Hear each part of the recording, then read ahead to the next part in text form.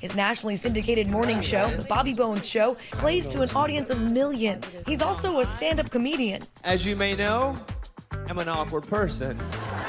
And has authored not one, but 2 New York Times bestsellers.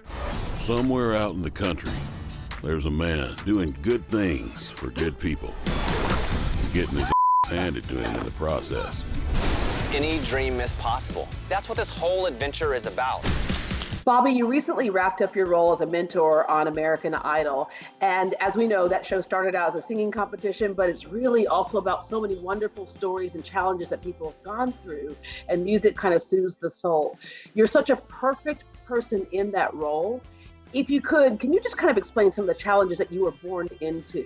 These contestants come from all over America, and a lot of them grew up like I did, and without parents, and financially struggling. And as much as a music coach and I'm helping pick songs, I'm also there as a life coach on that show. I'm from a tiny town in Arkansas, and I know what it's like to have to go to a big city and kind of be a fish out of water. Also with my music background, like they just kind of work together, and I just finished my 4th season on the show, and I love being a mentor on that show. So I'm just super proud of how it turned out this season. You had some family struggles, you dealt with poverty. What was the thing in you that made you determined to break out of a cycle that was in your family?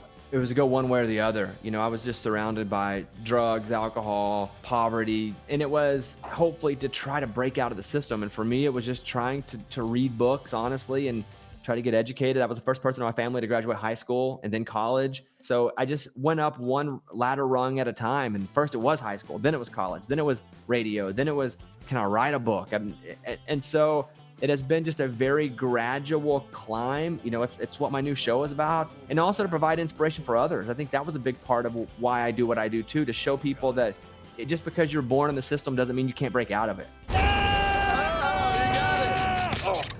Well, I still want to have babies.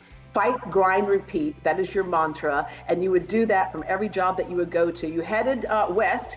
You were in Austin, and you worked at, was it KHFI? Listen, I was in Austin for 13 years. It was the greatest part of my life. I still feel like a Texan. I feel like when I talk about home, I talk about going back to Texas.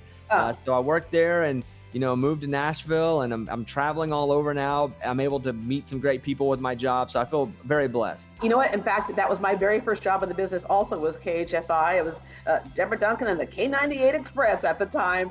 But it was at that moment that you kind of go in thinking you're going to do one thing, and then someone recognizes your talent. And then you move to Nashville, and then all of a sudden, you're not just in Nashville anymore.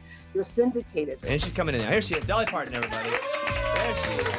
Most intimidating room in all of Nashville. What is it like to get that kind of validation? Because I think someone like you're never quite settled in thinking that it's all done, it's all going to be fine from here. You're always chasing the next thing. I feel like the world is bendable.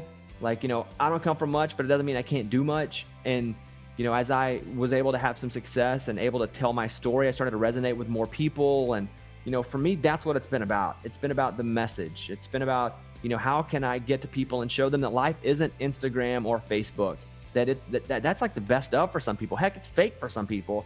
And that's why Breaking Bobby Bones exists. 3, 2, 1. A torch? Because I wanted to go out and find inspirational stories of people who have gone through adversity, come out the other side, and I can show folks like, hey, what you see on the internet and social media isn't real. You want to see real? These people have gone through a lot. They have gotten through it with almost no help at all, so you can too. And then people can watch me go through something, on the show that I'm not good at as well.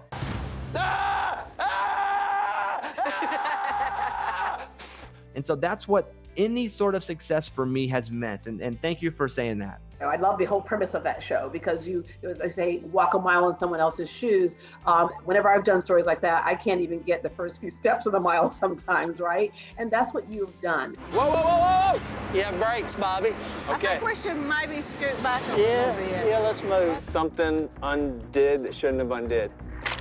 What is happening here? All right, Bobby, stop right there. Stop right there. I don't think you're the kind of person who needs to be taught any lessons, but in doing this and meeting these people across the country, what lessons were you reminded of? Then I went to every part of the country. And I was in Texas, I was in Maine, I was in Seattle. Regardless of political affiliation, race, gender, like we're all just trying for the same thing, and that is to be loved and to give back. As people try to divide us on social media or TV or however you're getting it, like they're dividing us for a reason. And that we're all fighting the same fight and together. I was very proud to highlight and focus on that, and just to be a very positive show. And if you watch an episode of this show and you don't cry at the end, then I didn't do my job. This is your own hat. No one deserves it more than you. And so that's what I came away from, just a little bit, just kind of reassured that we're still good. You don't have to believe everything you read. We're still good. Who has 2 thumbs and did it? This guy right here, baby. Good job. I love shows like this because when it's over and the credits are rolling, it stays with us. And it also, I think, evokes in us a call to action, because when you see someone who's got the world against them, it looks like, but yet they succeed, you have to ask yourself, what's stopping me, right? And like we mentioned several times before in this interview, nothing stops you. You get out of your comfort zone. You even did Dancing with the Stars. This is the greatest show. For me, I don't really have a skill. Like I'm not a good singer, or, I don't run fast. I wasn't born into wealth. I don't have something that I can kind of lean on and go, I'm good. What I do have is a tenacity. What I do have is to keep going because I have to. The winners and new champions of Dancing with the Stars are Bobby and Sharna. And the same thing with the people that I'm focusing on this show. Like, they had to, but they got through it as well. And so the goal is that, like you said, when the credits roll, people go, oh, wow, they're like me. And they were able to get through not such a great circumstance, and they came out the other side even better because of it. You referred to the show as a celebration of America, which sounds so refreshing because right now we're going through a tearing down of America. I think a celebration of America is exactly what I was hoping for, and I was relieved that's what I found. When you asked me earlier what I learned, it was that, you go out and you actually go into people's homes, you learn their lives. They're trying to feed their family. They're trying to make sure that their kids are able to go to school, that they have school clothes. They're trying to make sure that they're supportive in their neighborhoods and their churches. And what I hoped to encapsulate and what I did is what real life is, the beauty of the struggle, and also how wonderful it is once you're able to get through it, have that knowledge, but also help others that are going through it as well.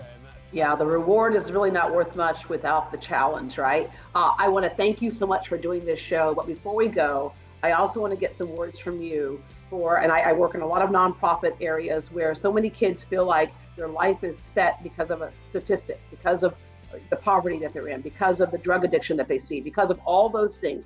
Just a word of advice and encouragement from you that they might hear. First of all, there are people like you that were able to, find people to help them out. It's not easy. First of all, if it was easy, everybody would be doing it regardless of what it is. But I would just encourage you to find people that are looking out for you and let them. It's hard. When you come from nothing like I did, you're prideful because you don't want help.